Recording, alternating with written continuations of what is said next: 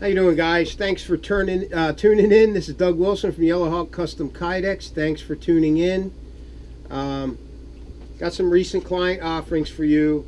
A couple of other tips. Want to show you some knives. All right. That term that I use, knife and sheath porn, it's just a joke. Okay. It's just a funny, laugh out loud type of thing to keep things light in my videos. I don't have any sick sense of humor or anything like that. I'm just a normal, everyday American guy who likes guns and knives and women and, you know, drinking and hooting and hollering and, you know, hanging out with my buddies. Just a normal, everyday American guy, okay, who happens to know a lot about knives and likes to share it, okay, and bushcrafting and wilderness backpacking, and did a through hike of the Appalachian Trail and was in Special Forces for a while, and just all kinds of neat stuff that I've done that I like to share with people, okay? So anyway, let me show you some knives, Mike Wallace knives. Everybody likes to see a great knife once in a while. So these belong to Mike Cervini. These belong to Mike Cervini. Real quick, because I got a lot I want to cover in this video. This is his neck knife, okay, from Mike Wallace. OD green checkered G10 scales, all right. Just a small neck knife, all right. Modified clip point there. 90-degree spine. This is probably CPM 154, which is a stainless steel version of CPM 3V, okay. Compression pins, you know, the whole great knife making thing that Wallace does, okay. All right, beautiful little necker, nice long handle, great, you know, purchase on the handle, just a great complement to another big knife that he might have somewhere else worn around his neck. I have a slightly larger one. All right, I like a slightly larger neck knife so I can get some actual work out of the damn thing. All right, but some people like smaller ones, which is great. Okay, to each his own. You know, different tools for different fools. All right. All right, so there's mine with the meteorite handle, the meteor finish handle. All right. Okay, here's his Spear 2 with his initials in it. It's got a copper plug in there with Mike Cervini's initials, so he can do that too. Okay. All right, CPM 3V, choke up choil, G10 scales. Just the fit and finish on these things is just over the top. All right, Mike is really good at what he does. He builds a lifelong, I tell you, he builds an heirloom blade, okay, that you're going to pass down to your kids and your grandkids and their grandkids, and 1,000 years into the future, this thing's still going to be going strong if everybody sharpens it the right way. All right. All right, this happens to be a full flat grind. He's proficient at other grinds as well, okay. A lot of people like this full flat grind because it's very utilitarian and it does some things that other grinds do not do, okay, like Scandi grinds and stuff. Flat grinds, for those who know how to use this grind, it's a good way to go. All right, it does a lot of great things in the bush. All right, I can even baton with a full flat grind. I don't see what all the hoopla is about it getting stuck in. I don't see it. If the spine is wide enough, it's going to split the wood. It's going to keep it split. Okay. All right. So there's that. These are Mike Cervini's. All right. Get ready to put some clothing on them. All right. These belong to Rick Ruckstall. All right. Get ready to put some clothing on these. Don't see these. This is the Outdoor Series 1. CPM 154. Same great fit and finish. Ruby red G10 liners. Beautiful knife. This is probably going to be my next one if I can get something a little bigger than this. I'm sure there is. There's probably an Outdoor Series 2. Okay. I'm probably going to get my hands on one of them. This is the Field Series 3. Nice clip point. Nice belly on that blade for food prep, chopping, whatever. Okay. Great outdoor knife. Full flat grind. All right. Mike Wallace's clients tend to go with what Mike Wallace likes to make. Mike Wallace is an outdoorsman himself, and he's been a knife maker for a long time. since he was like 9 years old. Okay, he knows his grinds, and he knows what they can do if in the right hands. Okay, so there's that one. Ruby red liners again. All right, CPM 3V for that one. That's that super steel, man. It just, you know, it gives you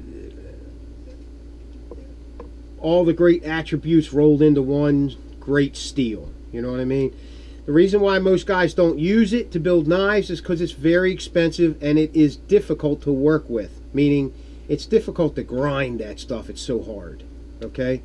But still got a lot of good springiness to it. I very rarely ever see a CPM 3V blade chip, and if it does, it's because it's too thin, the actual edge. Okay. Anyway, Mike, Timothy Gregory, this is yours. All right. He sent his knife in. All right. Sometimes you get a little Kydex dust from the making process inside the sheath. All right. And then if there's, you know, 90-degree edges on the knife, sometimes it'll shave the Kydex a little bit. It happens. It's Kydex. It's plastic. Okay? Good fit and finish because it's his knife. I'll reiterate, even with production knives, please send me your knife. If you are anal about good fit and retention, send me your knife. It only costs $6, $7 to send me your knife. Okay? I know the wait time is a little irritating sometimes, but it is what it is. My sheaths are very popular. And I work a lot to keep that time down, but I'm still at 6 weeks, 7 weeks, something like that. Okay? I do try to get them done earlier. I even work on Sundays a lot. Okay? If I'm not in the bush, I'm working. Okay? Baldric carry system. Cryptek Mandrake Hawk Light system that points to the ground and 45-degree cross draw carry. He's also got a tabby dangler they can wear on this side. Okay, so basically it works like this. You want to wear it cross draw, you flip this thing down, push it together, put the thing on your belt, and everything's out of the way. Okay, you want to wear it, flip it back up, put it on your other side. Okay, the Hawk Light can only point one way, so most people want it for the 45-degree cross draw. All right, and then if they're wearing it here, all right, you can always flip that thing around, all right, and point that light anywhere you want it when it's in dangler mode. Okay, so it really doesn't make a difference. This thing's nice and flexible. You can twist this thing all around. Okay, so there's that. All right, Timothy Gregory. Kent Blevins, this is his Silent Hero that he put hardwood scales on. All right, I think he did a great job. You did a great job, Kent. Thank you. It's an honor to hold a knife like this, all right, because I know this is a one-of-a-kind. You don't see them too often like this, where somebody takes the scales off of it and puts new scales on. You did a great job, Kent, all right. So he sent me his knife, all right.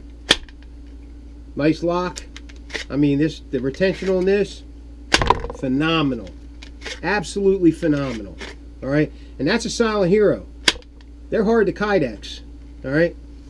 We got a way of doing things around here where we work at it until it's 100%. Okay? If it's not quite working out, I work at it until I got it 100%. Or it doesn't leave the shop. Alright? Got this beautiful Benchmade knife. Alright? I don't know the name of it. Nice little piggyback knife. Good utilitarian blade. Again, a little bit of Kydex dust on it. Just, you know, wipe it off. I always coat these blades. I take care of my clients' blades, so there is frog lube on this, and it attracts everything. All right, nice lock on that thing. All right, so there it is. Baldric system. All right, so the Baldric sling goes that way. Got a bunch of Beach and Tactical slings here from Jacob Peterson. All right, I buy them 3, 4, 5 at a time. For my clients, because they seem to be very popular and he's good at what he does. Okay, nice neck knife for Paul Pepicelli's wife, Lisa. All right, so Lisa, here's your neck knife from Mike Wallace. It's a nice little neck knife. I want one now. All right, and here's your little system. okay? It's got a small tech lock on it. Really couldn't fit a large tech lock on it. And it goes on your belt like this, okay? No big deal. And then you can keep the clip on it and wear it as a necker. Okay, you can put it in your purse, whatever you want to do with it. Wear it as a necker, okay? And that clip is small enough that it doesn't get in the way, okay? So there you go. There's your system, all right? No rattle, no roll, no shimmy, no shake, okay? Easy to get out. Okay. I've had questions lately, a couple. Will Kydex scratch my blade? The answer to that question is no, it won't. Okay? Plastic will not scratch steel. Okay, it's a physical improbability. I'm not going to say it's impossible, but I know it's extremely improbable that plastic scratches steel. What scratches is when you get something in that sheath by, I don't know, going outside and using it. All right, when you go outside and you use your blade, it's going to get stuff on it, and stuff's going to get in your sheath. Okay, dirt, dust, grime, sand, grit. Okay, when you put the knife back in the sheath, which does touch in certain places, you can hear it. If it wasn't touching, you wouldn't hear it. Okay, this one's for Clint Keller. Okay, with the molly lock on the back. Okay, but will the Kydex scratch your blade? No. The dirt and grime that's in your Kydex sheath will scratch your blade. That's what happens with Kydex. Okay, happens with leather too. Okay, believe it or not. Yeah, like I said, before I started making Kydex sheaths, I was a leather sheath maker. Okay, and if you have anything in your sheath, anything, it's going to get between the steel and the plastic, and it's going to mar up and scratch your blade. Now, Kydex can mar your blade, not really scratch it, but it can mark it up, all right, and leave a mark. That does happen, and it happens fairly regularly. Okay, like 75% of sheaths, somewhere along the line, that blade is touching that sheath on the inside, somewhere. Okay, and then depending on the blade geometry of your knife, some knives Kydex different than others. Well, actually, they all Kydex differently. Just depends on the geometry of the knife.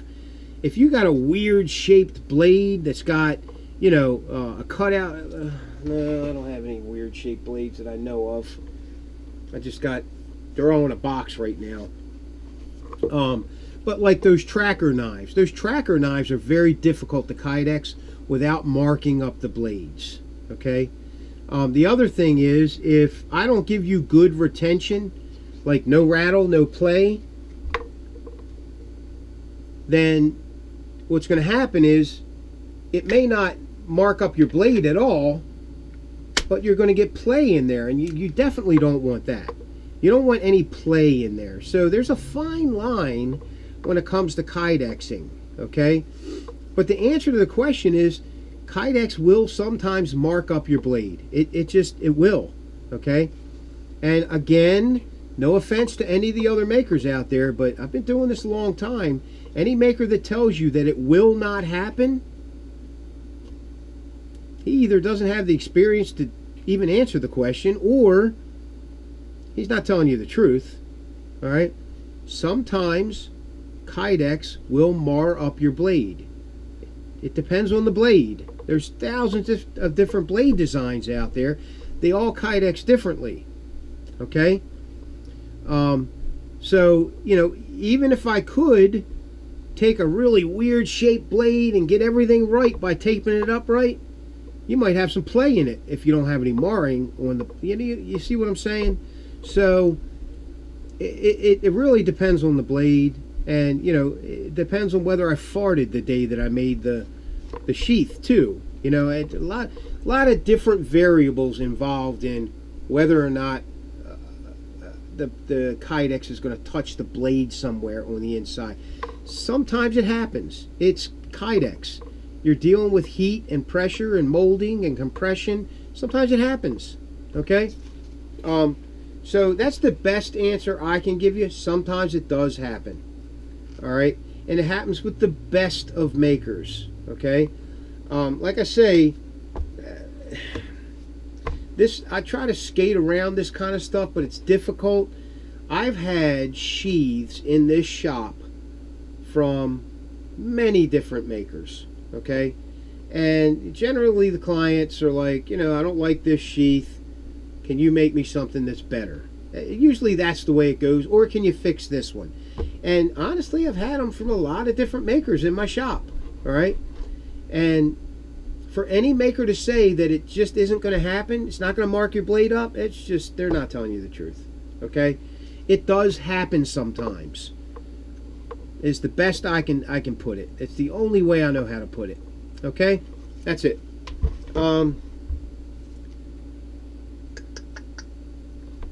Horse hoof fungus. Fomes Fomentarius. Okay? This is the stuff you're looking for. I spent the last couple days getting this stuff out of some of the horse hoof fungus that I've collected. Okay? This is the Amadou layer. Okay? And that is the layer that basically runs around the outside of the inside of the fungusy part. Okay? You really gotta tear these things apart to get to this layer. Some of these have more of this than others. Some have none. Some have very little, some have a lot. It just depends on where you collect it from and whether you farted that day. You know, so many variables. All right, takes a ferro rod spark, really easy when it's dried out. It's like, it feels like felt. Okay, it's called Amadou. All right, guys, that's it. It's Doug Wilson for Yellow Hawk Custom Kydex. Thanks for watching. Hope I've answered those questions. Have a good day. Like, share, subscribe, and thanks.